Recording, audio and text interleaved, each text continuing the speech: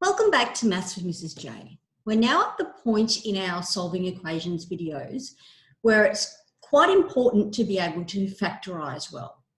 The main reason for that is that factorisation and the null factor law are one of our main weapons we have when we're wanting to solve equations. If you're not up with your solving of equations, in particular quadratic equations, I suggest that at this junction you stop this series of videos and go and do the factorisation ones and then come back. If you are up with your basic factorisation skills, let's continue. All right, what is a quadratic equation? Well, a quadratic expression is of the general format ax squared plus bx plus c, right? So it becomes an equation if you put that equal to 0. The a can't be 0. Why can't the a be 0? Well, if the a was 0, that means you've got no x squared term, which means it's no longer a quadratic. It's just going to be a linear equation. And we've already been working with those. In this video, I just wanted to handle a few of the easier cases that we can work with. But before we do that, I just want to talk about the null factor law.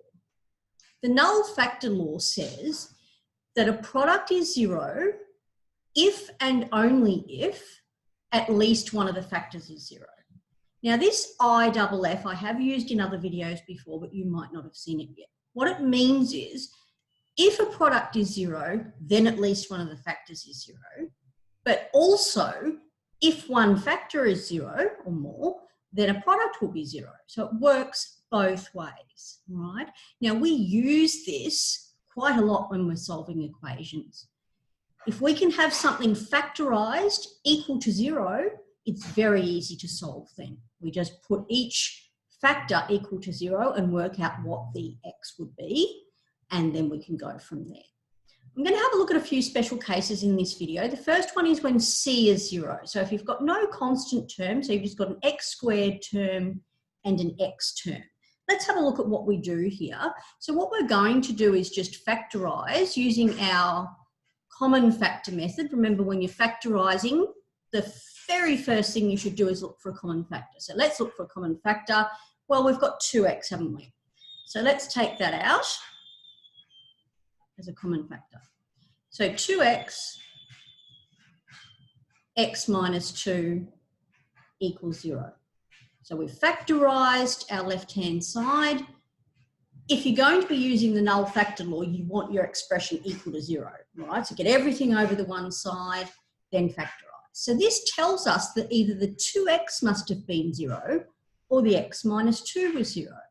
So either 2x was 0 or x minus 2 is 0. Now, if 2x is 0, then x is 0. If x minus 2 is 0, then x is 2.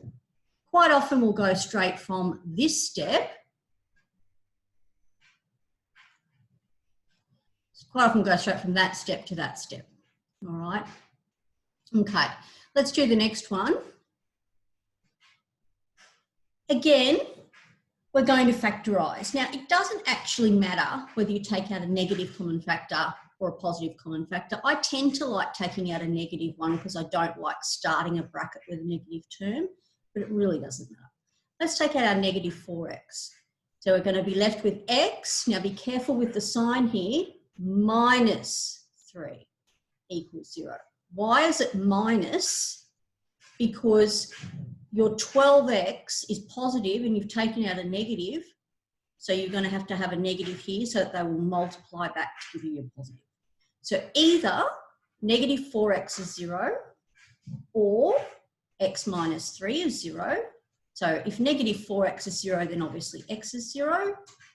If x minus 3 is 0, then obviously x is 3. Sometimes what I tend to do, I wouldn't probably worry about it with these examples, but I tend to sort of underline the answer stage, particularly if there's been a lot of working. Now, these were just a couple of steps, but if there's been a lot of working, I tend to underline the answers at the end. Alrighty, so let's move on to the next slide and we'll do some more examples.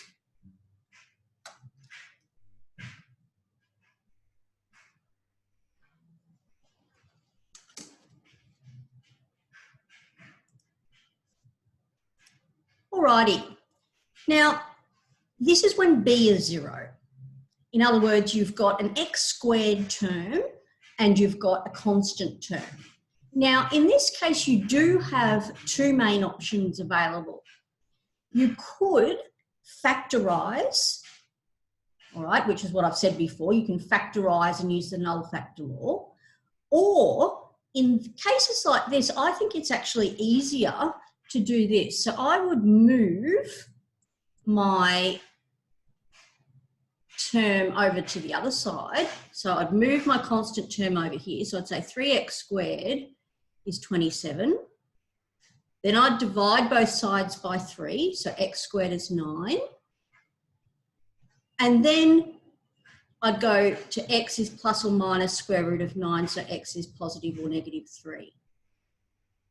That would probably be quicker to do. The other option for that would be to say you take out your 3 and then you get x squared minus 9, and then you're going to get a difference of 2 squares, so x plus 3, x minus 3 equals 0. So either 3 is 0, which of course it can't be, x plus 3 is 0, so x is negative 3, or x minus 3 is 0, so x is 3. Either that method or that method is perfectly valid. There's nothing wrong with it whatsoever, but it's probably easier if you don't have a b term just to do this. This is sort of like a completing the square kind of situation. Sometimes you'll be presented with it when it's in an easier way just to take the square root like that. So let's do that with this next example here. You could do your x plus 5x minus 5 is 0, or you could put your 25 over the other side and then say, well, x is positive or negative root 25, so x is positive or negative 5. Just be careful. If you have a situation where x squared is something, you should get a positive and a negative possible answer. Don't forget the negative answer. We've seen this sort of thing before in Pythagoras' theorem, and when we were dealing with Pythagoras, because we were dealing with side lengths of triangles and they can only ever be positive, we only took the positive square root there. However, in theory, there is going to be a negative answer as well, so there should be two answers. Let's have a look at this next one. This one's interesting. So if you put this over here, by taking 25 away from both sides, you get x squared as a negative number. Can we do that in the real number system? No, we cannot. So we say no real solutions.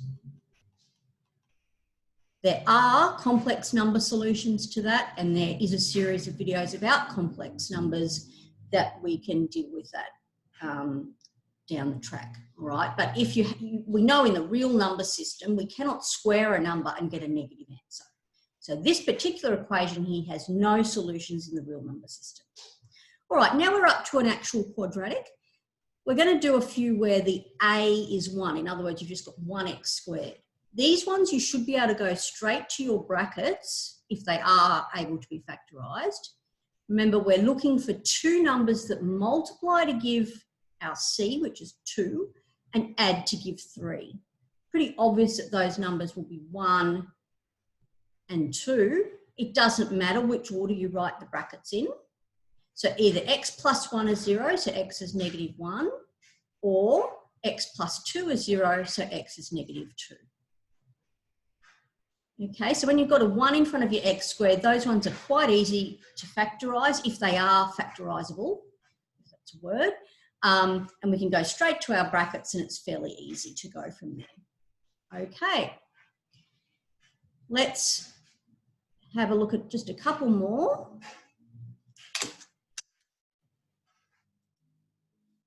All right, so we've got two more here. What are we going to do? Well, we've got a 1 in front of our x squared in both cases, so they're going to be quite easy to factorise. This one here, we want two numbers that multiply to give positive 6 and add to give negative 5. Now, if they're multiplying to give a positive and adding to give a negative, they're both going to have to be negative numbers, obviously. What are they going to be? Well, negative 2 and negative 3 will fit the bill. So either x minus 2 is 0, so x is 2, or x minus 3 is 0, so x is 3. Last one for this video. Here, we've got two brackets beginning with x because they need to multiply to give x squared. We want two numbers that multiply to give negative 20. So multiply to give negative 20 and add to give negative 1. So one number is going to be positive and one's going to be negative, and they're going to be quite close together in terms of their magnitude. How about negative 5 and positive 4? Will that work? Well, yes, they'll multiply to give negative 20, and yes, they will add to give negative 1. So either x minus 5 is 0, so x is 5, or x minus 4 is 0, so x is negative 4. And there we have it.